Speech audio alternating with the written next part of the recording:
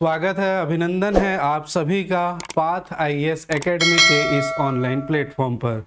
दोस्तों, हमारा सीजीजीएस का आपके आने वाली परीक्षा को ध्यान में रखते हुए सीजीपीएससी 2023-24 का जो एग्ज़ाम होने वाला है उसके अकॉर्डिंग हम लोगों ने एमसीक्यूज तैयार किए हैं, जिसमें लगभग आपके पूरे सिलेबस को क्या कर दिया जा रहा है, कवर किया जा रहा है। ठीक है, तो ये सेशन चल रहा है Indian history, CG history, Indian geography, सारा सेशन चल रहा है, जिसका जो है नीचे डिस्क्रिप्शन बॉक्स में आपको उसका प्लेलिस्ट भी मिल जाएगा, तो आप उस प्लेलिस्ट से सारी चीज़ें आप देख सकते हैं। ठीक है, देखिए दोस्तों, अभी जो समय है एग्ज़ाम बहुत नज़दीक है और सबके मन में ये दुविधा होगी कि सर याद कर रहे हैं, याद नहीं हो रहा है, या याद किए हैं वो भूल जा रहे हैं। बहुत सारी चीज़ें मन में चलती रहती है कि हम लोग क्लास में एग्ज़ाम में कैसे करेंगे, क्या हमारी स्ट्रेटेजी होगी, बहुत सारी दुविधाएं आपके मन में होगी। सबसे बड़ी बात ये होगी कि आप बहुत सारा चीज़ पढ़ रहे हैं और आपको लग रहा होगा आपका याद नहीं हो रहा है। अगर ऐसा आपको लग रहा है तो आप बहुत सही जगह पे हैं, आप बहुत सही तैयारी कर रहे हैं। ठीक है, क्योंकि आप पढ़ रहे हैं और आप पढ़ रहे हैं तभी ये दुविधाएं आपके अंदर आ रही है, और ये सभी के अंदर आती है। ये कॉमन बात है, केवल आपके लिए नहीं है। जितने भी एस्पिरेंट होंगे वो सब के लिए ये कॉमन बात है। क्या है, हम लोगों ने साल भर पूरी मेहनत करी है और लास्ट में सारे सब्जेक्ट को एक साथ कवर करते हैं, तो ऐसे मन में आता है। लेकिन आप धैर्य रखिए, आप जिस भी इष्ट को मानते हैं, जिस भी उसका आप मनन करें, अपने माता पिता का स्मरण करें और इत्मीनान से तैयारी करें। निश्चित तौर पे जब आप परीक्षा देने जाएंगे तो सारी चीज़ें आपकी कवर हो जाएगी, सारी चीज़ें याद आ जाएगी। ठीक है, तो आप बिल्कुल घबराइए मत, आराम से करिएगा। और सबसे बेहतर माध्यम तो यही है, मैं हमेशा क्लास में भी कहता हूँ कि आप जिस टॉपिक को पढ़ रहे हैं उसका एमसीक्यू सॉल्व करें। तो एमसीक्यू सॉल्व करने से जो चीज़ें गलत होती है उसका सही आंसर भी हमको पता हो जाता है, वो लॉन्ग टाइम तक याद रहती है। तो इसी कड़ी में हम लोगों ने ये सीरीज स्टार्ट की है। आप लोगों का बहुत प्यार, अभिनंदन मिल रहा है, आप लोगों के लगातार एसएमएस आ रहे हैं और सेशन आपको पसंद आ रहा है। ठीक है, तो जो नए हैं वो चैनल सब्सक्राइब करके घंटी बेल आइकॉन को जरूर दबा लीजिएगा, ताकि आपको पूरा नोटिफिकेशन डायरेक्टली मिल सके। ठीक, मेरा नाम चंदन कुमार शर्मा है और आज हम लोग आधुनिक इतिहास का जो थर्ड पार्ट है और सीरीज का 7, ये जो सीरीज चल रही है उसका 7 पार्ट और इस आधुनिक इतिहास का थर्ड पार्ट जो है वो हम कवर करने जा रहे हैं। ठीक है, तो चलिए आज का सेशन स्टार्ट करते हैं। पहला प्रश्न है आपका, संघर्ष के दौरान राजनांदगांव में राष्ट्रीय विद्यालय की स्थापना किसने की थी? की में बड़ी ये आएगा, किसने की थी? ठीक है, तो पहला है ठाकुर प्यारेलाल, दूसरा है बलदेव प्रसाद मिश्र, पद्मलाल पुन्नालाल बख्शी और बंसीलाल। है ना, आपके पास ऑप्शन है। स्वतंत्रता संघर्ष के दौरान दोस्तों जो हमारे जो राष्ट्रीय विद्यालय की स्थापना की जा रही थी, सभी कई जगह जगह पे अंग्रेजी शिक्षा का बहिष्कार करने के लिए राष्ट्रीय विद्यालय उसके पैरेलल खोला जा रहा था, ताकि जो स्टूडेंट है, जो विद्यार्थी हैं, उनके भविष्य पर कोई दिक्कत ना हो, उनकी पढ़ाई का नुकसान ना हो। ठीक है, रायपुर में खोला गया था, बिलासपुर में, धमतरी में और राजनांदगांव में भी। किसने किसने खोला था? तो यहाँ पर स्पेशली बात की जा रही है दोस्तों राजनांदगांव में। तो राजनांदगांव में जो मेन योगदान रहा था वो बलदेव प्रसाद मिश्र का, पद्म पुन्नालाल बख्शी और बंसीलाल। ठाकुर प्यारेलाल जी ने अध्यापक के रूप में कुछ समय सहयोग दिया था, तो हम इसको भी ले सकते हैं। तो इनको अगर ले लेंगे तो ये आंसर क्या हो जाएगा? चारों, ठाकुर प्यारेलाल ने, डॉक्टर बलदेव प्रसाद मिश्र ने, पद्मलाल पुन्नालाल बख्शी ने और बंसीलाल ने। तो यहाँ पर ऑप्शन क्या होगा? सभी विकल्प सही हैं। हमारा आंसर क्या हो जाएगा? सभी विकल्प सही हैं। ठीक है, आप आंसर लगाते रहिएगा। आप देखिए आप कितने पानी में हैं, कितना आपको पता है इन चीज़ों के बारे में। और क्योंकि इस सीरीज़ की जानकारी आपको पहले से है तो आप पहले से तैयार कर लीजिए, उसके बाद आंसर लगाइए तो और भी ज़्यादा बेहतर होगा। चलो अगले प्रश्न की ओर चलते हैं दोस्तों। क्वेश्चन नंबर 2, सूची 1, छत्तीसगढ़ में 1857-58 के विद्रोह को सूची 2 उनके नेताओं से सुमेलित कीजिए। तो देखिए सूची 1 में है इधर विद्रोह और सूची 2 में है ये जो है वो उसके क्रांतिकारी, उसके नेतृत्वकर्ता, नेता। ठीक है, तो देखिए दोस्तों, पहला है सोना खान विद्रोह, उदयपुर विद्रोह, संबलपुर विद्रोह और रायपुर का सिपाही विद्रोह। इधर है नारायण सिंह, हनुमान सिंह, कल्याण सिंह और सुरेंद्र साय। तो देखेंगे यहाँ पे सोना खान विद्रोह के संबंध में हम लोगों ने विस्तृत चर्चा की हुई है। ठीक है, सोना खान विद्रोह का नेतृत्व करता बिल्कुल नारायण सिंह ही है। ठीक है, ये कब हुआ था? 1856-57 में। एक्चुअल में 56 में महाअकाल पड़ा था और उस अकाल में जो है लोगों के भूखे मरने की स्थिति आ गई थी और सोना खान के जो जमींदार थे वीर नारायण सिंह, उन्होंने जो है वो माखन बनिया से अनाज देने का अनुरोध किया। अनाज नहीं दिया तो यहाँ के डिप्टी कमिश्नर चार्ल्स इलियट को भी पत्र लिखकर उन्होंने कहा। उन्होंने भी जब मना कर दिया तो माखन बनिया के गोदाम को लूट लिया गया था और इसी एवज में उनको पकड़कर जो है वो 10 दिसंबर को फांसी दे दी गई थी। आपके साथ पिछली क्लास में एक एक पॉइंट इससे हमने डिस्कस किया हुआ है कि कब पकड़े गए, कब भागे और क्या क्या स्थितियां रही। अगर आपने नहीं देखा है तो आप जरूर देखिएगा, प्लेलिस्ट में सारी चीजें मौजूद हैं। तो ये बिल्कुल इसका जो संबंध है वो नारायण सिंह इसके नेतृत्व करता थे। उदयपुर विद्रोह की बात करें दोस्तों, तो उदयपुर विद्रोह जो है वो कल्याण सिंह इसके नेता थे, कल्याण सिंह। इसके अलावा कल्याण सिंह के अलावा जो थे वो धीरज सिंह और शिवराज सिंह, धीरज सिंह और शिवराज सिंह। अंग्रेजी सरकार ने इन तीनों पर मानव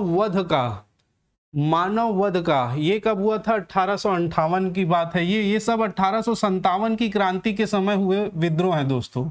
इन सब पर मानव वध का जो है वो चार्ज लगाकर क्या कर दिया था? इनको अंदर कर दिया था, रांची के जेल में डाल दिया गया था। फिर वहां से ये भाग गए और 1858 में इन लोगों ने विद्रोह कर दिया था। ठीक है, विद्रोह कर दिया। अंग्रेजी शासन ने इसको कुचलने का प्रयास किया था लेकिन कुचल नहीं पाए थे। एक्चुअल में उदयपुर क्षेत्र में जो है वो एक तहसीलदार नियुक्त कर दिया गया था और जब इन लोग वहां से भाग कर आए तो तहसीलदार को जब पता चला कि इनके कल्याण सिंह, धीरज सिंह और ये आ गए हैं तो वो अपना पैसा वैसा सब छोड़कर वहां से भाग गया था, है ना।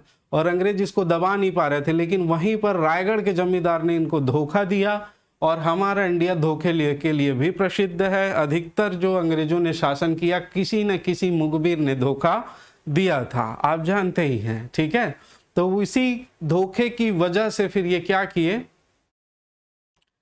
कल्याण सिंह और धीरज सिंह मारे गए थे और शिवराज सिंह को पकड़ लिया गया रायगढ़ के जमींदार के मदद से और उसको काला पानी की सजा देकर अंडमान निकोबार द्वीप जो है वो भेज दिया गया था।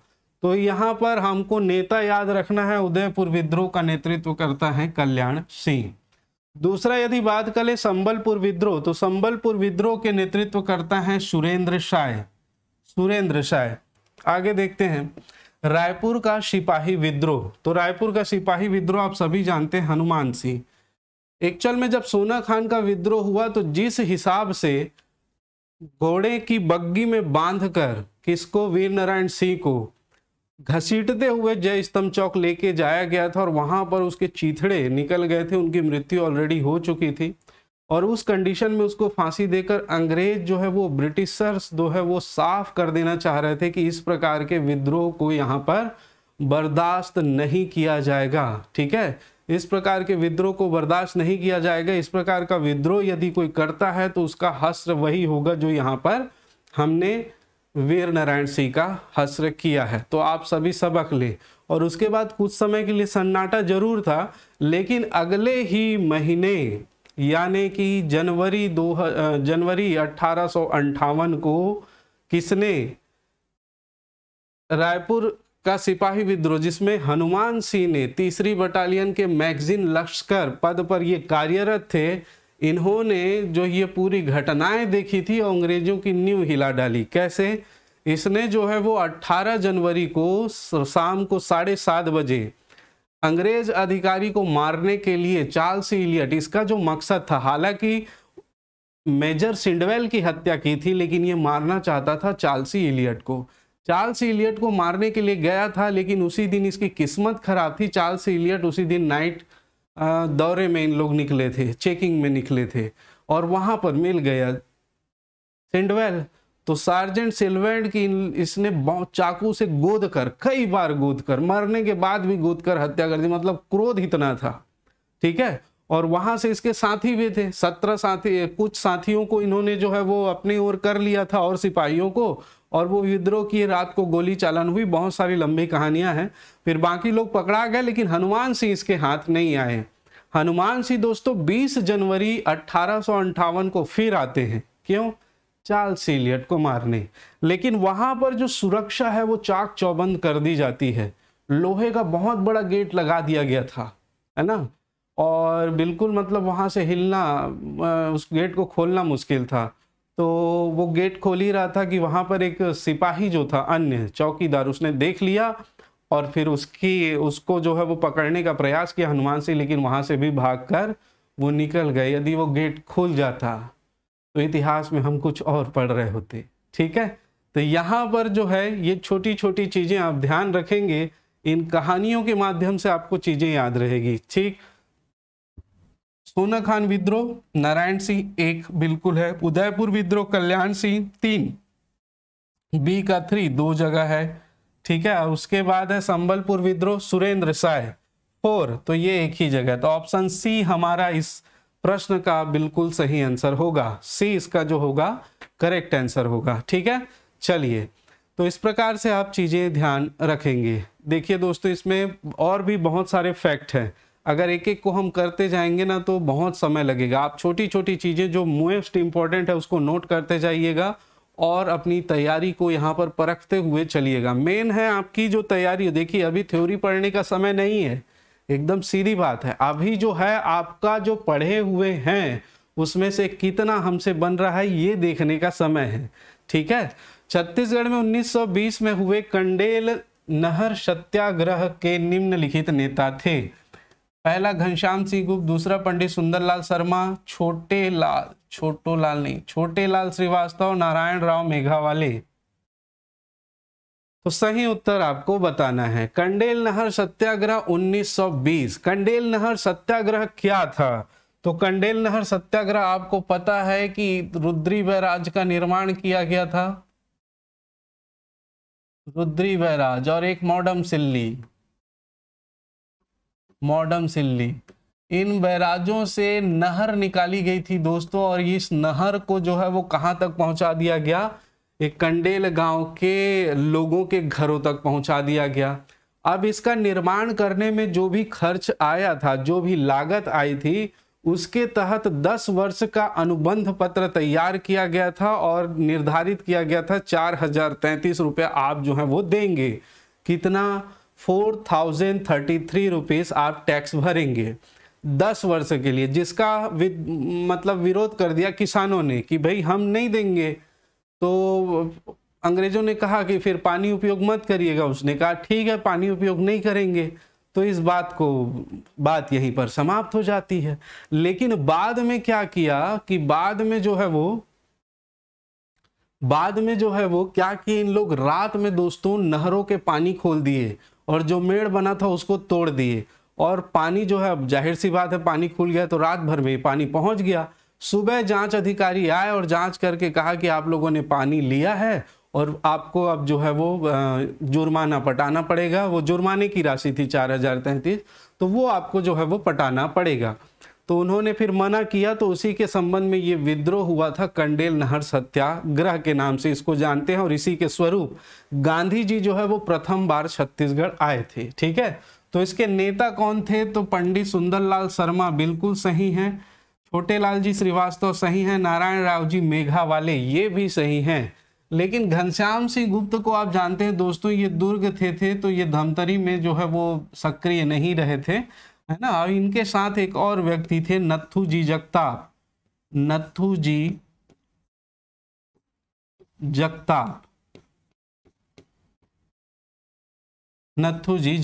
तो ये चारों ने कंडेल नहर सत्याग्रह का नेतृत्व किया था। तो इसके अनुसार आंसर होगा 2, 3, 4 और 2, 3, 4 वाला हमारा बी जो है आंसर बिल्कुल इसका सही है। इस बात को ध्यान रखेंगे, ठीक है। पंडित सुंदरलाल शर्मा, छोटेलाल श्रीवास्तव, नारायण राव मेघावाले और नत्थूजी जगताप। चलिए आगे प्रश्न की ओर चलते हैं। Question number 4। 20 जून सन 1915 को रायपुर के टाउन हॉल में छत्तीसगढ़ के लगभग 300 मालगुजारों का सम्मेलन हुआ था। कथन को पढ़ना है तो पहले पढ़ लो। दूसरा, इस सम्मेलन की अध्यक्षता राव साहब दानी ने की थी। तीसरा, सम्मेलन में राष्ट्रीय मुद्दों पर विचार विमर्श किया गया था। ठीक है, सम्मेलन में राष्ट्रीय मुद्दों पर विचार विमर्श किया गया था। अब इसमें आपको सही उत्तर बताना है। सही उत्तर मतलब कौन से कथन सही हैं, उसके अनुसार आपको आंसर देना है। ठीक, अब यहां पर देखिए सही उत्तर बताना है तो इनमें कथन कौन कौन सा सही है। 20 जून 1915 को रायपुर के टाउन हॉल में छत्तीसगढ़ के लगभग 300 मालगुजारों का सम्मेलन हुआ था क्या, तो ये बिल्कुल सही है, हुआ था जी, बिल्कुल हुआ था। ठीक, इस सम्मेलन की अध्यक्षता राव साहब दानी ने की थी, बिल्कुल गलत है, यादव राव देशमुख ने की थी। किसने की थी? यादव राव देशमुख।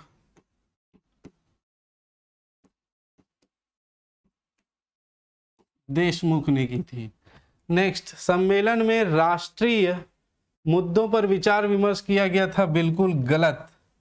सम्मेलन में मालगुजारों ने अपनी जो स्थिति है उसके संबंध में 3 मांगे रखी थी। ठीक है, क्या थी 3 मांगे? तो देखिए, पहली मांग थी राजस्व दर में कमी।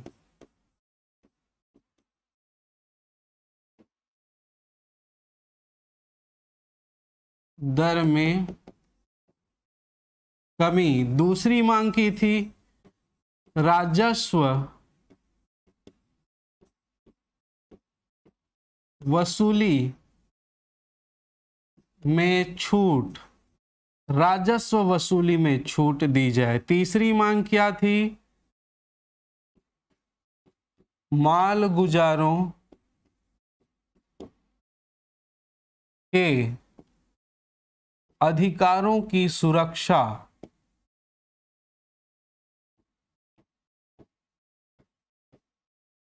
मालगुजारों के अधिकारों की सुरक्षा।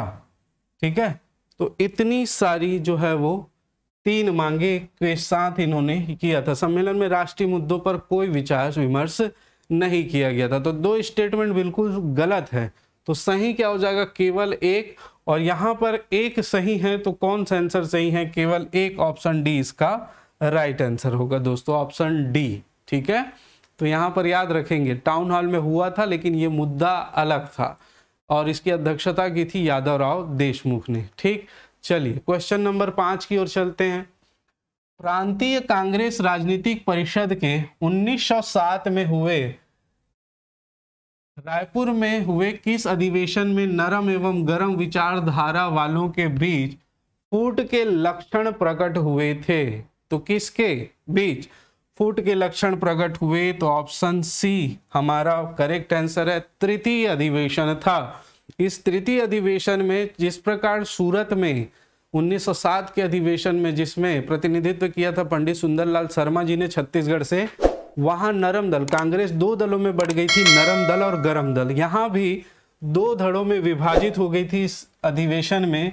एक थे नरम दल वाले, नरम दल वाले, और एक थे गरम दल वाले। ठीक है, ये जो सम्मेलन हुआ था उसकी अध्यक्षता की थी केलकर जी ने और स्वागता अध्यक्ष थे हरि सिंह गौर जी। और आप बहुत अच्छे से जानते हैं कि इस सम्मेलन में दादा साहब खापर्डे जी ने एक निवेदन किया था कि इसकी शुरुआत जो है वो वंदे मातरम गीत से होना चाहिए। ठीक है, वंदे मातरम गीत गाकर इसकी शुरुआत होनी चाहिए। तो उस समय ये बैन था, तो वहां पर केलकर जी ने, हरि सिंह गौर जी ने इसको मना किया। तो दादा साहब खापर्डे जी फिर वो सभा ही छोड़कर, सम्मेलन को छोड़कर बाहर चले गए और बाहर आकर तात्यापारा में उन्होंने विशाल जनसभा, हनुमान मंदिर के पास विशाल जनसभा को संबोधित किया था और स्वदेशी के महत्व को विदेशी वस्तुओं के बहिष्कार करने को प्रोत्साहन दिया था। बाद में उनको बुलाया गया लेकिन उन्होंने मना कर दिया और इसी अधिवेशन में फिर ये जो है वो यहाँ पर छत्तीसगढ़ के कांग्रेस में भी दो धड़े हो गए, नरम दल और गरम दल में। नरम दल के नेता थोड़ा सा आप ध्यान रखेंगे, पूछ लिया जाता है तो यहाँ पर मैं लिख दे रहा हूं, जैसे देखिए शिवराम मुंजे थे, डॉक्टर शिवराम मुंजे हैं, है ना, डॉक्टर शिवराम मुंजे, केलकर जी, केलकर जी। तीसरा है हरि सिंह गौर जी,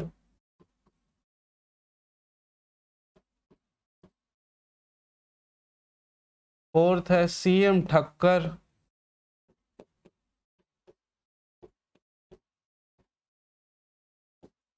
सीएम ठक्कर जी, राय बहादुर,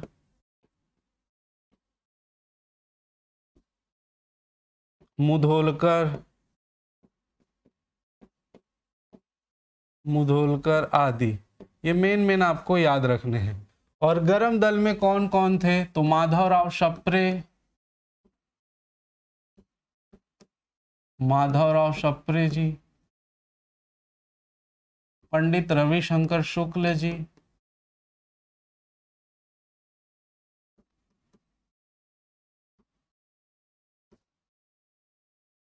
शुक्ल जी, दादा साहब खापर्डे,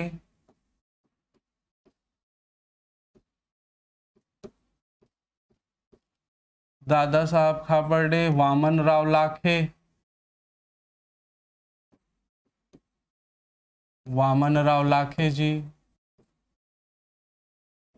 ई राघवेंद्र राव,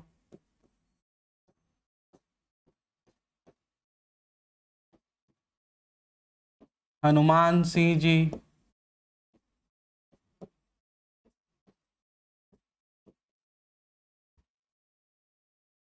और लक्ष्मण राव उदगीरकर।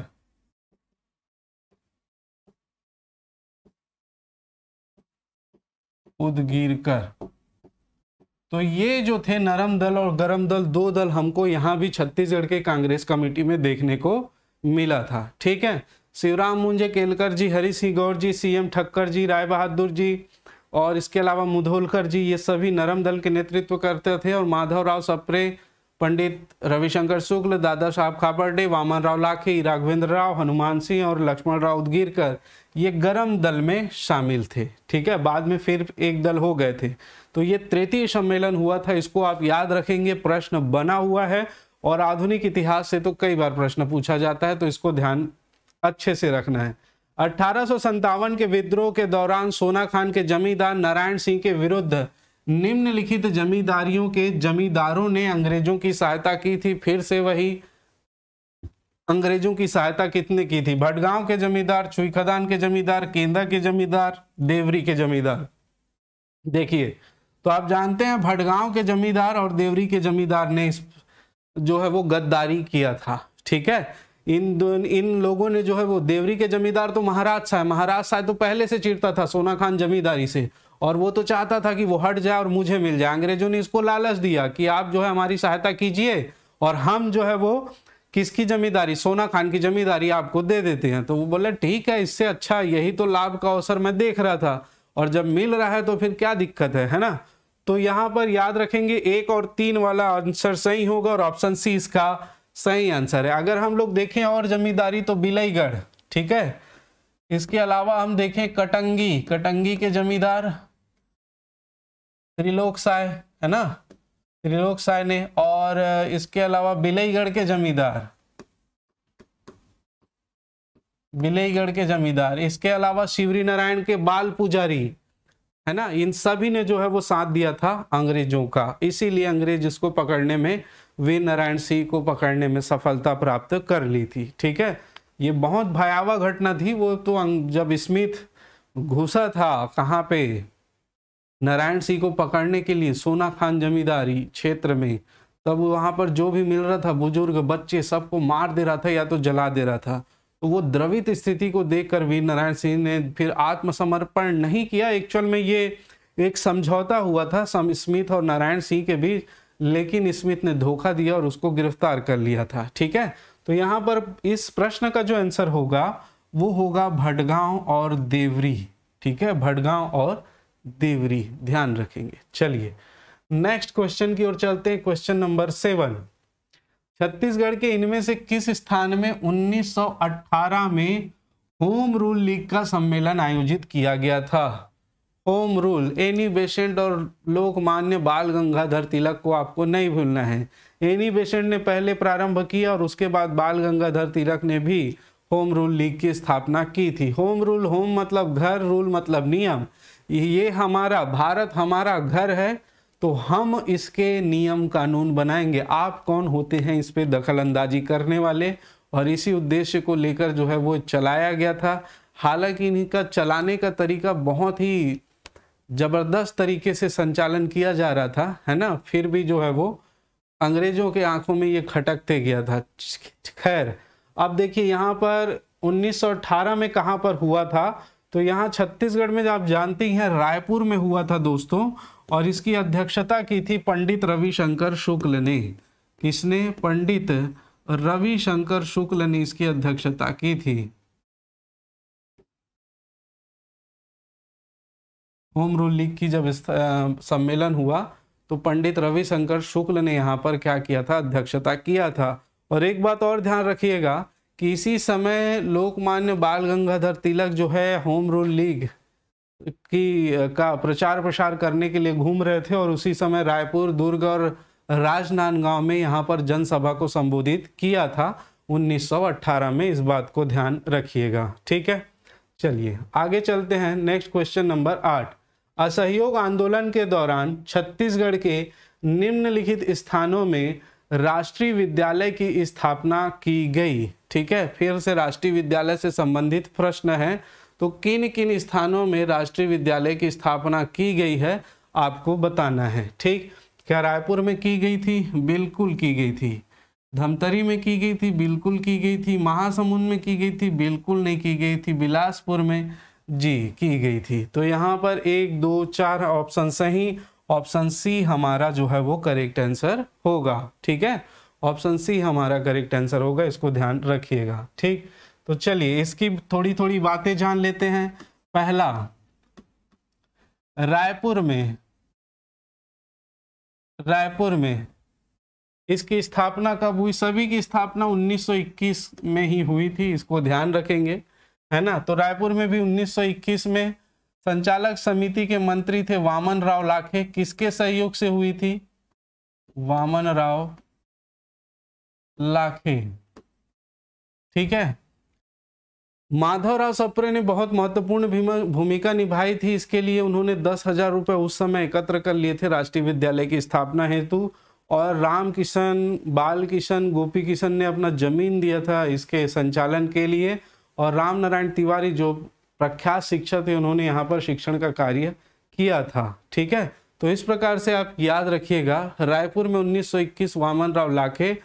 सहयोग किसका? तो माधवराव सप्रे जी का भी सहयोग था। ठीक, धमतरी की बात करें तो धमतरी में जो किया था दोस्तों वो थे बाबू छोटेलाल जी श्रीवास्तव। ठीक है, बाबू छोटेलाल श्रीवास्तव, इन्होंने अपने स्वयं के खर्चे पर स्वयं के मकान में जो है वो राष्ट्रीय विद्यालय की स्थापना की 1921 में ही। अजीजुर रहमान प्रधानाध्यक्ष थे और इन्होंने स्वयं जो है किसने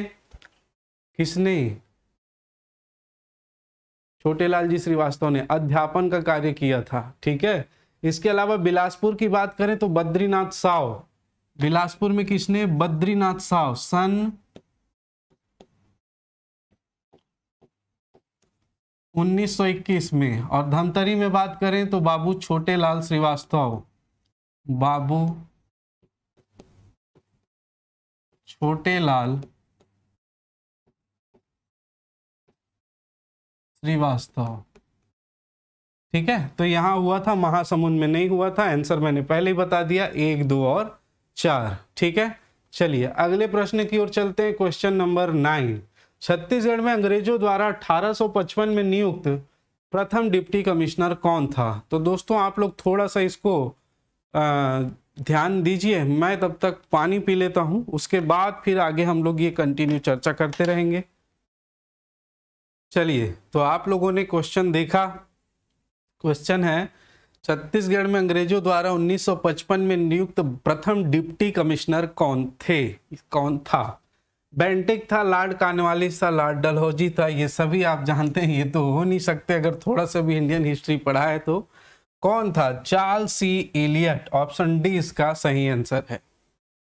ठीक है, यहां पर आपको थोड़ा सा घटनाक्रम यदि पता है तो 11 दिसंबर 1853 को जब रघुजी तृतीय की मृत्यु हो जाती है तो अंग्रेजों के जो हड़प नीति, क्योंकि वो निसंतान था तो उसी समय लॉर्ड डलहौजी जो नया नया आया था यहाँ पर अधिकारी बनकर, उसकी हड़प नीति चली है ना, डॉक्ट्रिन ऑफ लैप्स की नीति। तो उसके तहत जो है वो नागपुर भी ब्रिटिश शासन के अंतर्गत विलय कर लिया गया, ब्रिटिश शासन का नियंत्रण स्थापित हो गया। और उस समय यहाँ पर जो है वो जिलेदारी प्रथा चल रही थी। तो यहाँ पर जो जिलेदार थे गोपाल राय, रतनपुर बिलासपुर के जिलेदार गोपाल राय ने जो है वो सत्ता चार्ल्स एलियट को सौंपी थी। चार्ल्स एलियट यहाँ के प्रथम डिप्टी कमिश्नर थे। 1 फरवरी सन 1855 को उसने यहाँ पर चार्ल्स एलियट को सत्ता सौंपी। इसके अलावा एक चीज और याद रखनी है आपको कि देखिए वहां ये तो डिप्टी कमिश्नर था, इसकी सहायता के लिए सहायक, अतिरिक्त सहायक कमिश्नर की नियुक्ति की गई थी। तो बिलासपुर रतनपुर वाले क्षेत्र में गोपाल राय को ही अतिरिक्त सहायक कमिश्नर बनाया गया और रायपुर वाले क्षेत्र में आप जानते ही हैं मोहिबुल उल हसन को अतिरिक्त सहायक कमिश्नर बनाया गया था चार्ल्स एलियट की सहायता करने के लिए। ठीक है, तो इसको ध्यान रखेंगे। फिर चार्ल्स एलियट ने यहाँ पर शासन का कार्यभार संभाला था 1855 के बाद। चलिए, मेरे ख्याल से ये क्वेश्चन क्लियर है। ऑप्शन डी हमारा करेक्ट आंसर होगा, यही राइट आंसर है। नेक्स्ट क्वेश्चन, छत्तीसगढ़ में 1858 में हुए सैन्य विद्रोह जिसकी अभी चर्चा हमने की थी के संदर्भ में हनुमान सिंह के 17 साथियों को निम्नलिखित किस तिथि को फांसी दी गई? तो आप जानते हैं कब दी गई, 18 जनवरी को नहीं, 18 जनवरी को तो इसने हनुमान सिंह ने मेजर सिंडवेल की हत्या की थी, सार्जेंट। 20 जनवरी 1858 को ये तो किसको मारने आया था? चार्ल्स एलियट को। किस्मत अच्छी थी, 22 जनवरी सन 1857 को इसके 17 साथियों को फांसी दे दी गई थी। ठीक है, कब दी गई थी? 22 जनवरी 1858 को। देखिए दोस्तों, ये एक कुशल नेतृत्वकर्ता बन के भी उभरा था। वहां पर जितने लोग इसके साथी थे उनको इसने विद्रोह करने के लिए उकसाया जरूर था, लेकिन सभी के सभी ने साथ नहीं दिया। सब जो है वो डर के मारे पीछे हट गए। इनके 17 साथी जो है उन्होंने डटकर मुकाबला किया और वो पकड़ा गए। और पकड़ाने के बाद फिर अंग्रेजों का एक ही नीति था, फांसी देना। तो उसके तहत उन लोगों ने उनको फांसी दे दी थी। ठीक है, चलिए अगले प्रश्न की ओर चलते हैं। क्वेश्चन नंबर 11, छत्तीसगढ़ में प्रारंभ होने वाले किसान आंदोलन को प्रारंभ से अंत तक के क्रम में जमाइए। प्रारंभ कब हुआ था और अंत? तो सबसे शुरू में कौन? तो यहां पर देखिए, कंडेल नहर सत्याग्रह, किसान आंदोलन पूछा है और कंडेल नहर सत्याग्रह ये भी किसानों से ही संबंधित है। तो 1920 में हुआ था। डोंडी रोहारा किसान आंदोलन हुआ था, ये 1937 से 39। इसके बाद कुसुमकसा में विराट किसान सभा, ये हुआ था 5 मई 1939। और उसके बाद है सेवता ठाकुर द्वारा बेगार प्रथा के खिलाफ बगावत, तो ये हुआ था 1889-80। ठीक है, तो इस प्रश्न के हिसाब से यदि हम लोग देखें तो सबसे पहले नंबर पर आएगा 4, दूसरे नंबर पर आएगा कंडेल नहर 1, तीसरे नंबर पर आएगा और चौथे पर आएगा ये। तो सबसे पहले 4 आना चाहिए। बिल्कुल एक ही ऑप्शन आपका दिख रहा है, 4 1 1 2 3, बिल्कुल ऑप्शन बी इसका सही आंसर है। ठीक है, कंडेल नहर सत्याग्रह के संबंध में हम लोगों ने अभी डिस्कस किया था, है ना। पंडित सुंदरलाल शर्मा जी, नारायण राव मेघावाले, नथुजी जगताप जी, छोटे लाल श्रीवास्तव जी, इन्होंने इसका नेतृत्व किया था। नहर टैक्स, जल टैक्स लगाने के कारण ये हुआ था। डोंडी लोहारा में किसान आंदोलन की बात करें तो ये 1937-39 में दीवान जो था यहाँ पर, है ना, उनके अत्याचार और शोषण के कारण जो है वो यहाँ पर डोंडी लोहारा में किसान आंदोलन हुआ था। कुसुम कसा में विराट किसान सभा, तो कुसुम कसा में इसी आंदोलन की समाप्ति के दिन 5 मई 1939 को विराट किसान सभा का यहाँ पर आयोजन किया गया था। ठीक, सेवता ठाकुर द्वारा बेगार प्रथा के खिलाफ बगावत करना, सेवता ठाकुर द्वारा ये कहाँ हुआ था दोस्तों, तो ये राजनांदगांव में हुआ था। ठीक है, राजनांदगांव, और राजनांदगांव में यहाँ पर उस समय एक ब्रिटिश रूलर नियुक्त किया गया था महंत घासीदास को उसकी तरफ से, और ये सामंती राज, ब्रिटिशों का सामंती राज घोषित कर दिया गया। और बेगारी प्रथा क्या होती थी, यहाँ पर लोगों से काम करवा लिया जाता था, उनको मजदूरी नहीं दी जाती थी, और मजदूरी दी जाती थी तो बहुत कम मजदूरी दी जाती थी, उसको बेगार प्रथा कहा जाता है। तो वहाँ के लोगों ने सेवता ठाकुर के नेतृत्व में फिर आंदोलन कर दिया था, खिलाफ बगावत कर दी थी। ठीक है, तो इसका आंसर आपको मिल गया होगा, ऑप्शन बी इसका सही आंसर है। ठीक, चलिए नेक्स्ट प्रश्न की ओर चलते हैं। क्वेश्चन नंबर 12, सूची 1 को सूची 2 से सुमेलित कीजिए। सूची 1 है छत्तीसगढ़ के समाचार पत्र, और सूची 2 है स्थान, साहित्यिक संस्थाएं और उनके स्थान को सुमेलित करना है। ठीक है, छत्तीसगढ़ मित्र, इसके अलावा बुद्धि प्रकाश सभा, छत्तीसगढ़ मित्र, बुद्धि प्रकाश सभा, सरस्वती पुस्तकालय और आनंद समाज वाचनालय। तो इसमें से आपको बताना है कि कौन सा जो है वो कब गठित हुआ था और कहां पर हुआ था। मेन आपको स्थान बताना है, घटना तो खैर जैसे भी होगी मिल जाएगी। सॉरी हाँ, तो छत्तीसगढ़ मित्र आप जानते हैं दोस्तों, ये कहां पर, पेंड्रा रोड में, किसके द्वारा, पेंड्रा रोड में 1900 में, किसके द्वारा, तो आप बहुत भली भांति जानते हैं, माधवराव सप्रे जी द्वारा। ठीक है, और रामराव चिचोलकर। बुद्धि प्रकाश सभा, सरस्वती पुस्तकालय और आनंद समाज पुस्तकालय, सरस्वती पुस्तकालय 1909, आनंद समाज वाचनालय 1908 में स्थापित हुआ था, और बुद्धि प्रकाश सभा 1870 बिलासपुर में। तो इसका संबंध बिलासपुर, छत्तीसगढ़ मित्र का पेंड्रा, गौरेला पेंड्रा मरवाही का पेंड्रा, बुद्धि प्रकाश सभा बिलासपुर 2 बिल्कुल, सरस्वती पुस्तकालय राजनांदगांव ठाकुर प्यारेलाल जी, और आनंद समाज पुस्तकालय रायपुर, ये एकदम करेक्ट है। ठीक है, माधवराव सप्रे और रामराव चिचोलकर बुद्धि प्रकाश सभा ये बिलासपुर में गठित की गई थी। सरस्वती पुस्तकालय की स्थापना किसने की थी, ठाकुर प्यारेलाल ने, छबीलाल चौबे और राजूलाल शर्मा। ठीक है, राजूलाल शर्मा और छबीलाल चौबे के सहयोग से। तो यहाँ पर भी ध्यान रखेंगे, आनंद समाज पुस्तकालय रायपुर में। तो इसका आंसर हो जाएगा छत्तीसगढ़ मित्र पेंड्रा, बुद्धि प्रकाश सभा बिलासपुर, सरस्वती पुस्तकालय राजनांदगांव और आनंद समाज पुस्तकालय 1। तो A3 सब में A3, बुद्धि प्रकाश B2, तो B2 एक ही आंसर है, सी, ऑप्शन सी इसका करेक्ट आंसर होगा, और सी का 4 है बिल्कुल, और डी का 1 है बिल्कुल। तो ऑप्शन सी इसका सही आंसर होगा। और यदि आप पीडीएफ, लोग मेरे को पूछ रहे थे, तो आप जो पीडीएफ नीचे आपको मिल जाएगा, कहाँ पे, डिस्क्रिप्शन बॉक्स में लिंक दिया हुआ है, आप ढंग से देखिएगा। ठीक है, वहां पर आपको मिल जाएगा। चलिए अगले प्रश्न की ओर चलते हैं। Question number 13। देखिए दोस्तों, ये जो समय है, क्वेश्चन को आप पढ़िए, ये जो समय है वो बहुत धैर्य रखने का समय है, हड़बड़ाने का नहीं है। जितना आपने पढ़ा है, इनफ पढ़ा है, आप उसको रिवाइज कीजिए, आपको उसको थोड़ा सा और ढंग से समझना है, समझते हुए रिवाइज करते हुए चलना है, तब ये जो है वो एग्जाम आपका क्रैक हो पाएगा। हड़बड़ाहट नहीं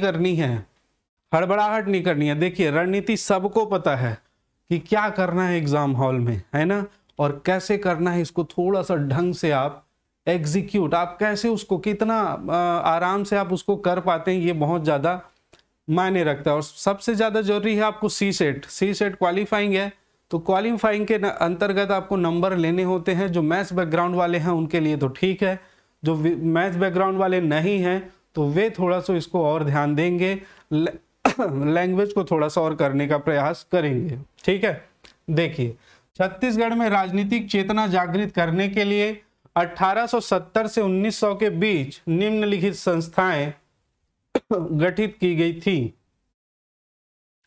मालिनी रीडिंग क्लब, बिल्कुल मालिनी रीडिंग क्लब गठन किया गया था रायपुर में। कवि समाज राजिम में किसके द्वारा? पंडित सुंदरलाल शर्मा द्वारा। बुद्धि प्रकाश सभा बिलासपुर में, अभी हमने बात की थी बुद्धि प्रकाश सभा कहां पर? बिलासपुर में। ठीक है, तो यहां पर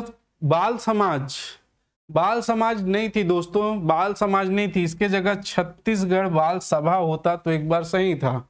ठीक है, वाद विवाद समिति, साहित्य एवं वैज्ञानिक समिति, ठीक है, लोक शिक्षण समिति, है ना, छत्तीसगढ़ बाल सभा, मालिनी रीडिंग क्लब, बुद्धि प्रकाश सभा, इन सभी का गठन किया गया था, लेकिन बाल समाज उसमें ऑप्शन में नहीं है। तो इसको ध्यान रखेंगे कब कौन कौन से 1, 2 और 3, 1, 2 और 3 ऑप्शन ए हमारा सही आंसर होगा, 1, 2 और 3। ठीक, चलिए अगले प्रश्न की ओर चलते हैं। क्वेश्चन 14, निम्नलिखित में से कौन सा या से कथन सही है? पहला देखिए, भारतीय राष्ट्रीय कांग्रेस का 1891 का नागपुर अधिवेशन छत्तीसगढ़ में राजनीतिक चेतना के विकास का कारण था। इस अधिवेशन में छत्तीसगढ़ के 200 से अधिक लोगों ने भाग लिया था। इस अधिवेशन की अध्यक्षता मद्रास के वकील पी आनंद चार्लू ने की थी। तो इसमें से कौन सा सही है? ठीक है, तो देखिए भारतीय राष्ट्रीय कांग्रेस का जो 1891 का अधिवेशन था, बिल्कुल ये अधिवेशन राजनीतिक चेतना के विकास का एक कारक था। इस राजनीतिक चेतना के विकास की धारा इसमें से आगे बढ़ी थी, बिल्कुल सही बात है। दूसरा, यदि बात करें इस अधिवेशन में छत्तीसगढ़ से 200 से अधिक लोगों ने भाग लिया था, तो ये थोड़ा सा अस्पष्ट कथन है। यदि हम लोग देखें, मुख्य रूप से छत्तीसगढ़ से 6 नेता गए थे, आप जानते हैं, माधवराव सप्रे, है ना, उसके बाद वामन राव लाखे, बद्रीनाथ साव और आपका रामदयाल तिवारी, है ना।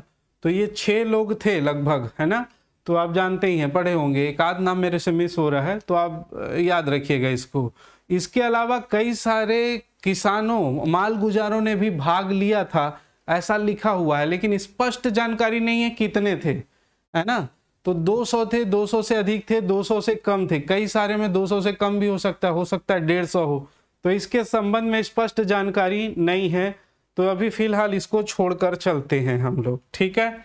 और इस अधिवेशन की अध्यक्षता मद्रास के वकील पी आनंद चार्लू ने की थी, तो बिल्कुल ये स्टेटमेंट सही है। तो हम अभी के हिसाब से इसका आंसर ले रहे हैं दोस्तों, क्योंकि ये जो है वो अस्पष्ट कथन है। 1 और 3 जो है वो सही होगा। कौन कौन सा सही होगा? 1 और 3। तो हमारा जो आंसर होगा डी आंसर सही होगा, 1 और 3।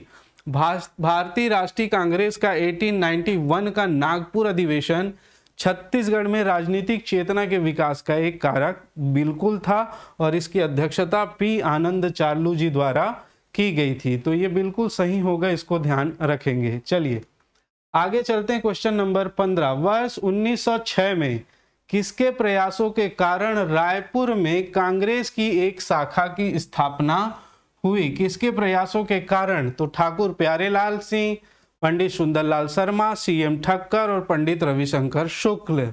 तो किसके प्रयासों से हुई? तो याद रखेंगे सीएम ठक्कर सही आंसर होगा। आप थोड़ा सा गलती से ये मत लगा देना पंडित सुंदरलाल शर्मा। हालांकि कांग्रेस को ज्वाइन करने वाले पहले छत्तीसगढ़िया पंडित सुंदरलाल शर्मा जी थे, परंतु इसकी स्थापना का श्रेय जाता है सीएम ठक्कर को, ठीक है। तो इस प्रकार से आप चीजों को ध्यान रखिएगा। चलिए अगले प्रश्न की ओर चलते हैं। सूरत कांग्रेस 1907 में छत्तीसगढ़ का प्रतिनिधित्व किसने किया था? ए है पंडित सुंदरलाल शर्मा जी, बी है पंडित रविशंकर शुक्ल जी, सी लोचन प्रसाद पांडे और डी है श्री मेघावाले। तो यहाँ पर आप देखेंगे कि नेतृत्वकर्ता पंडित सुंदरलाल शर्मा जी थे और श्री मेघावाले जी भी थे, लेकिन यहाँ पर चूंकि सुंदरलाल शर्मा प्रमुख थे तो यहाँ पर आप आंसर लेंगे पंडित सुंदरलाल शर्मा। हालांकि नारायण राव मेघावाले ने भी नेतृत्व किया था, प्रतिनिधित्व किया था, लेकिन मुख्य रूप से पंडित सुंदरलाल शर्मा जी, ध्यान रखिएगा।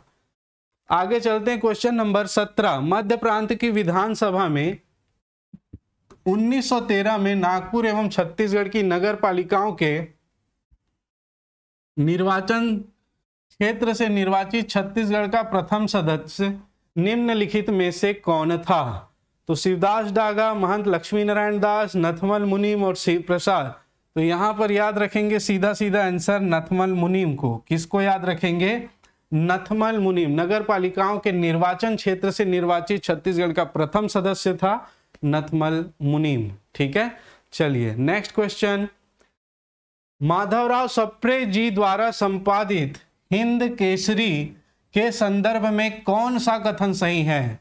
हिंद केसरी, बहुत ढंग से आपको ध्यान रखना है। हिंद केसरी का प्रकाशन किया गया था माधवराव सप्रे जी द्वारा, माधवराव सप्रे जी द्वारा। और ये कब किया गया था? तो ये किया गया था 1907 में। किससे प्रेरित होकर? तो केसरी एक पत्रिका निकलती थी। किसकी पत्रिका थी?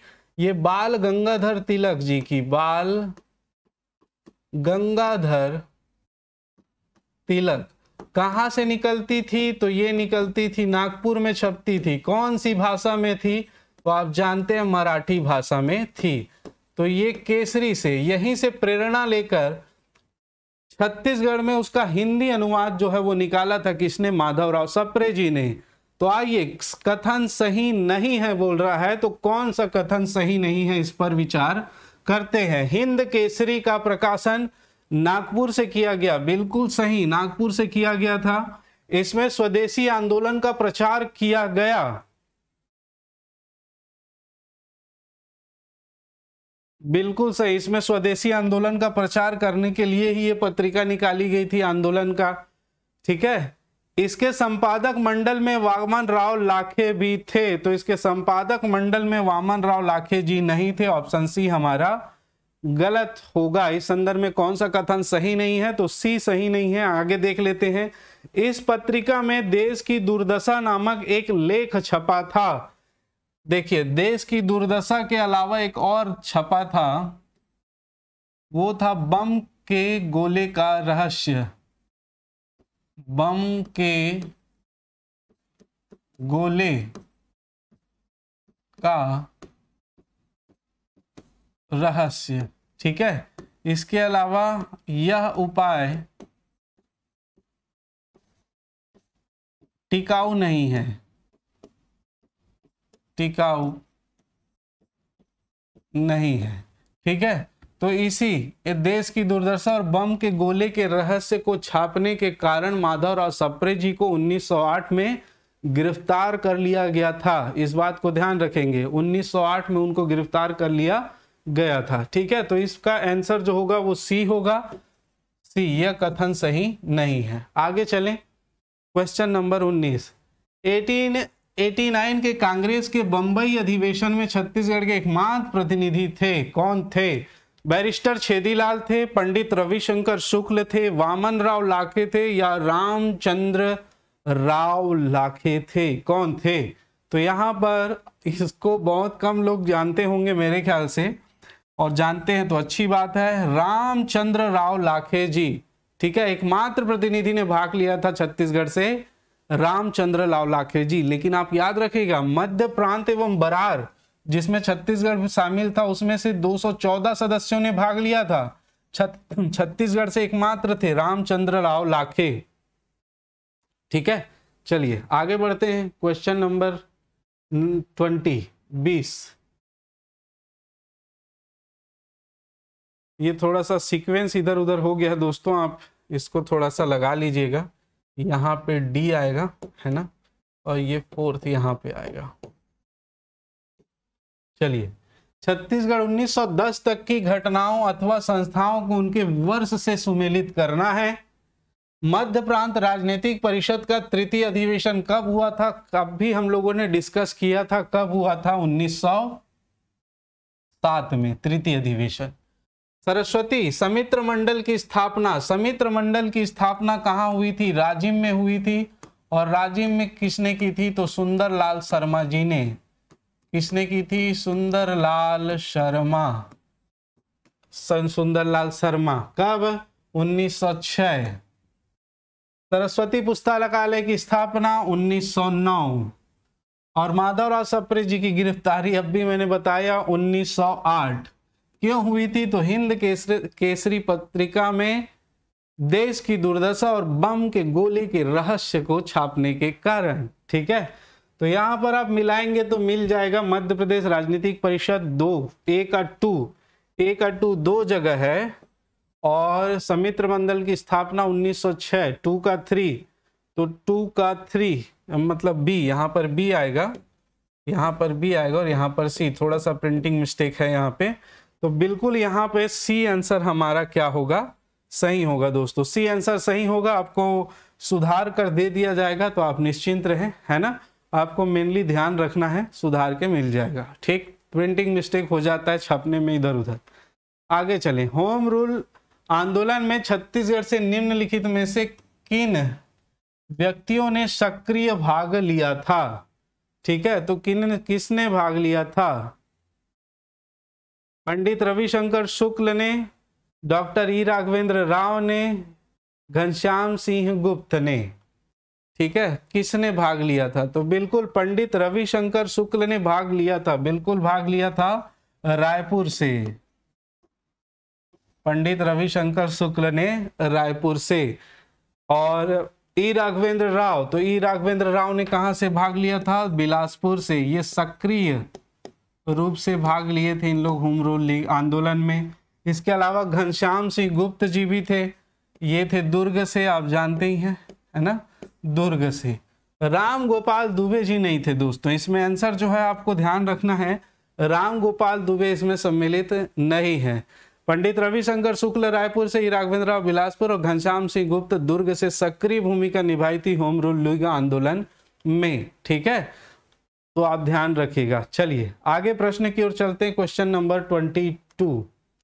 1923 में स्थापित स्वराज दल के छत्तीसगढ़ में निम्नलिखित नेता थे। तो स्वराज दल के नेता कौन कौन थे? स्वराज दल, अब ये स्वराज दल है क्या, थोड़ा सा आप समझ लीजिए। देखिए, कांग्रेस का जो नियमित अधिवेशन 1922 में दिसंबर में होना था दोस्तों, बिहार गया में हुआ था। वहां पे देश बंधु चितरंजन दास जी ने एक प्रस्ताव रखा था काउंसिल में प्रवेश का। उनका जो मानना था दोस्तों, ये मानना था कि विधान मंडल में हम प्रवेश करेंगे, चुनाव लड़ेंगे और वहां पर जो भी देश विरोधी कानून बनेगा उसका जमकर विरोध करेंगे। तो इस प्रस्ताव को लेकर स्वराज इसका एक प्रस्ताव रखा था जिसको कांग्रेस द्वारा खारिज कर दिया गया था। तो फिर चितरंजन दास ने एक अलग पार्टी बनाई थी, क्या? स्वराज पार्टी। स्वराज पार्टी का जो है वो गठन किया गया 1 जनवरी सन 1923 को। ठीक है, और इसी क्रम में छत्तीसगढ़ में भी स्वराज दल का सेठ गोपी किशन की अध्यक्षता में गठन किया गया था। स्वराज दल का गठन किया गया था। ठीक, तो निम्नलिखित नेता थे। तो स्वराज दल में उस समय कौन कौन से नेता थे? तो स्वराज दल क्या था, आप समझ गए। स्वराज दल जो विधानमंडल में प्रवेश करना चाहती थी चुनाव लड़के, और वहां पर चुनाव लड़के अंग्रेजों द्वारा जो देश विरोधी कानून बनाए जा रहे थे उनका विरोध करना चाह रही थी। ठीक, तो छत्तीसगढ़ में कौन थे? वामन राव लाखे जी थे, बिल्कुल नहीं। माधवराव सप्रे थे, बिल्कुल नहीं।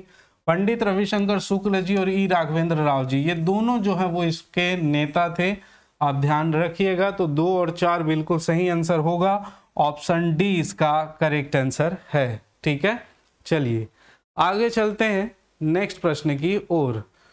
क्वेश्चन नंबर 23, पंडित सुंदरलाल शर्मा द्वारा हस्तलिखित समाचार पत्र जेल पत्रिका कब निकाला गया?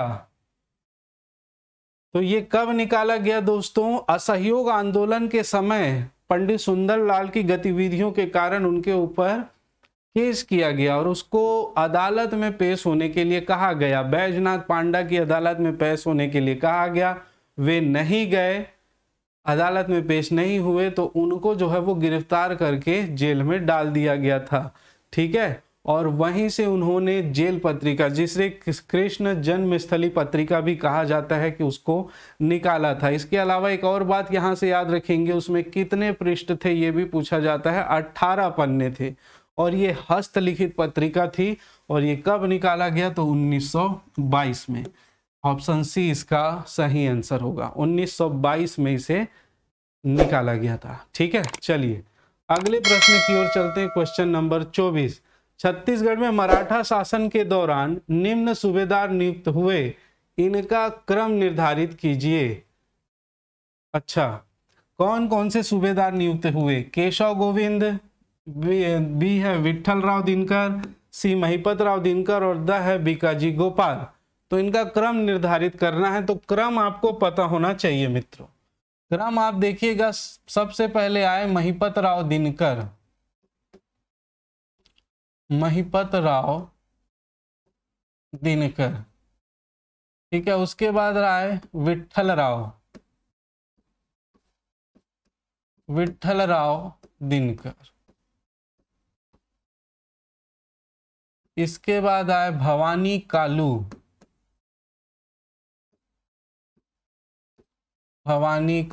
इसके बाद आए केशव गोविंद।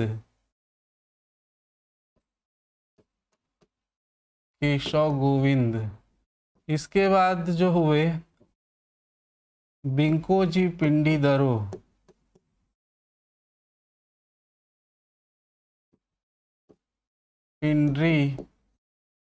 और दीरो। इसके बाद हुए बीकाजी गोपाल।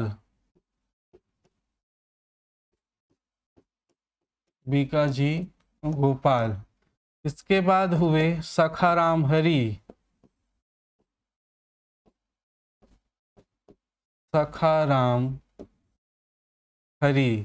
इसके बाद हुए सीताराम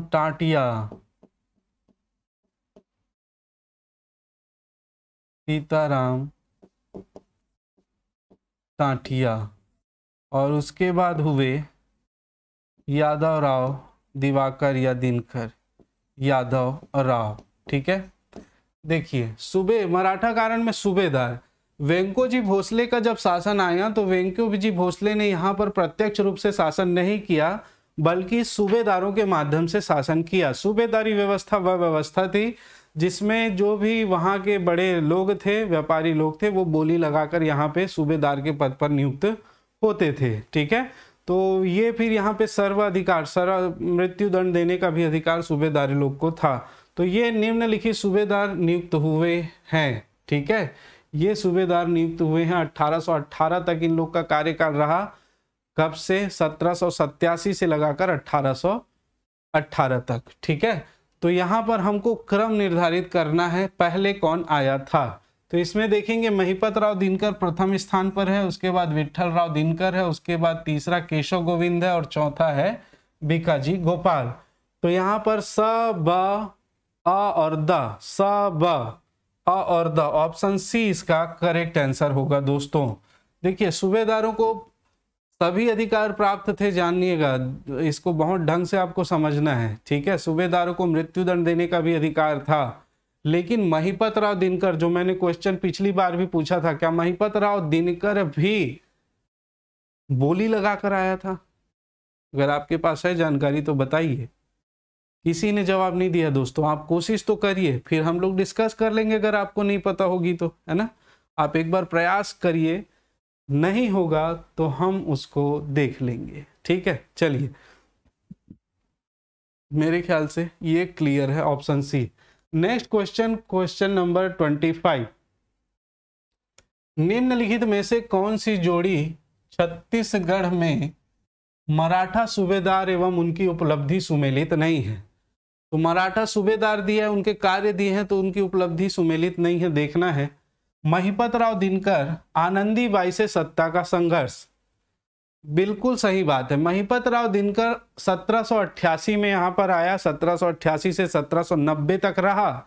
1787 में जब उसकी बिंबाजी भोसले की मृत्यु हो गई तो आनंदीबाई और बिंबाजी भोसले चाहते थे कि चिमणा जी भोसले यहाँ का शासक बने और उसको शासक बनाया, लेकिन यहाँ पर नागपुर से जो है वो सूबेदार की नियुक्ति कर दी गई वेंकोजी भोसले की तरफ से, किसको, महिपत राव दिनकर को, और यहाँ पर भेज दिया गया। हालांकि ये रघुजी द्वितीय ने किया था, स्टोरी बहुत ज्यादा डिटेल में है, मैं नहीं जा रहा हूँ, ठीक है। रघुजी द्वितीय ने किया था और महिपत राव दिनकर, मैं आपको यहीं पर बता देता हूँ, बोली लगाकर नहीं आया था। महिपत राव दिनकर को रघुजी द्वितीय ने इसलिए भेजा था कि महिपत राव दिनकर छत्तीसगढ़ पहले आ चुका था और यहाँ की सारी स्थिति से, सामाजिक राजनीतिक स्थिति से बहुत भली भांति परिचित था, इसलिए इसको संभालने के लिए भेजा था कि बिंबाजी भोसले अब नहीं है तो आनंदीबाई अपना शासन अपने हाथ में ले ली, तो जानता था विरोध होगा और इसको आप संभालिएगा। इस प्रकार से महिपत राव दिनकर को भेजा गया, लेकिन आनंदीबाई से सत्ता का संघर्ष महिपत राव दिनकर का होता रहा। ये उस तरह से कार्य नहीं कर पाया जिस तरह से इसको कार्य करना था। लेकिन मैं यहाँ पर एक और इसी से संबंधित बता दूं, रायपुर के बूढ़ा तालाब का निर्माण इसने करवाया था मित्रों, बूढ़ा तालाब का निर्माण इसने करवाया था महिपत राव दिनकर ने। तो आनंदीबाई से सत्ता का संघर्ष रहा, बिल्कुल, ये तो सुमेलित है। केशव गोविंद के समय पिंडारी आक्रमणों से रक्षा की, बिल्कुल, पिंडारी जो थे 25,000 दिया हुआ है, 25,000 से ज्यादा भी रहे होंगे। लुटेरों का एक ग्रुप था जो छोटे मोटे शासक देखते थे, वहां पर ये लोग क्या करते थे, आक्रमण करते थे और धन लूट कर ले जाते थे, जैसा कि आपने बाहुबली में देखा, पिंडारी लोग आक्रमण किए थे, है ना, ठीक। तो उस प्रकार से ध्यान रखिएगा, केशव गोविंद ने उसकी आक्रमणों से रक्षा की थी। और केशव गोविंद के समय यूरोपीय यात्री कोलब्रुक जो है वो छत्तीसगढ़ आया था, इसको याद रखेंगे, कौन, कोलब्रुक, ठीक है। बीकाजी गोपाल सरगुजा जमींदारी में हस्तक्षेप किया, बिल्कुल, बीकाजी गोपाल जो था उसके समय सरगुजा जो रियासत थी, जमींदारी जो थी, वहां पर उत्तराधिकारी को लेकर संघर्ष हुआ था और बीकाजी गोपाल ने बिल्कुल वहां पर हस्तक्षेप करके उनका जो है वो उत्तराधिकारी संघर्ष को शांत कराया था। इसके समय बहुत सारी घटनाएं हुई थी, वैसे क्या, तो सबसे पहले देखें तो वेंकोजी भोसले की 1811 में मृत्यु हो जाती है, रघुजी द्वितीय की 1816 में मृत्यु हो जाती है, अप्पा साहब और अंग्रेजों की सहायक संधि होती है जिसके तहत परसोजी भोसले की मृत्यु हो जाती है 1817 में। 1817 में ही सीताबर्डी का जो है युद्ध होता है जिसमें अंग्रेजों के खिलाफ जो है वो साथ दिया था अप्पा साहब ने, ठीक है। तो इस समय राजनीतिक अस्थिरता का दौर रहा था, किसके समय, बीकाजी गोपाल के समय। तो सरगुजा जमींदारी में हस्तक्षेप किया था, ये बिल्कुल सत्य कथन है। विट्ठल राव दिनकर ने परगना व्यवस्था का प्रारंभ किया था, अब ये तो मेरे ख्याल से हर कोई जानता होगा, विट्ठल राव दिनकर ने ही परगना व्यवस्था का प्रारंभ किया था। इसने 36 गढ़ों को 27 परगनों में बांट दिया था और परगने का प्रमुख जो है वो क्या कहलाता था, कमाविजदार जो था यहाँ परगने का प्रमुख था, ठीक है। तो इसने परगना पद्धति की शुरुआत की थी, बिल्कुल सही बात है। सखाराम हरि बस्तर जमींदार पर आक्रमण, बिल्कुल गलत है। सखाराम हरि तो कुछ समय के लिए था, दरअसल इसने जब वहां पर नागपुर में बोली लगी थी तो इसने बढ़ चढ़ के बोली लगाई कि मैं इतना दे दूंगा, उतना दे दूंगा, बहुत सारा, लेकिन देता कहां से, देगा यहीं से ना टैक्स वसूल के। तो जब यहां पर आया इसने लोगों पर टैक्स का भार बहुत ज्यादा डाल दिया और जब बहुत ज्यादा टैक्स का भार डाला तो वहां के एक व्यक्ति ने इसके बीच बाजार में गोली मारकर हत्या कर दी थी, कुछ ही समय तक इसका शासन था। तो यहां पर सुमेलित नहीं है, तो इसका आंसर ई बिल्कुल सही आंसर है, ठीक है, बिल्कुल सही आंसर है। तो दोस्तों ये था हमारा आज का सेशन और मेरे ख्याल से आप सबों को बहुत अच्छे से समझ में आया होगा। दोस्तों अगर अच्छा लगा है तो प्लीज इसमें लाइक करेंगे, ठीक है। लाइक करने में आपका कुछ नहीं जाता, हम हमारी जिम्मेदारी पूरी तरह से निभा रहे हैं। आप सिर्फ लाइक करके हमें हमारा उत्साहवर्धन कीजिए ताकि और अच्छे अच्छे वीडियो आपके पास आए, और शेयर कर दीजिए जितने भी ग्रुप्स हैं ताकि सभी लोगों को इसका लाभ मिल सके। और नए हैं तो चैनल को सब्सक्राइब जरूर कर लीजिएगा, ठीक है। तो आज के लिए इतना ही, और पीडीएफ जो है टेलीग्राम लिंक में मिल जाएगा। सेशन कैसा लगा है कमेंट करके जरूर बताइएगा। आज के लिए इतना ही, आप सभी का बहुत बहुत धन्यवाद। जय हिंद, जय भारत, जय छत्तीसगढ़।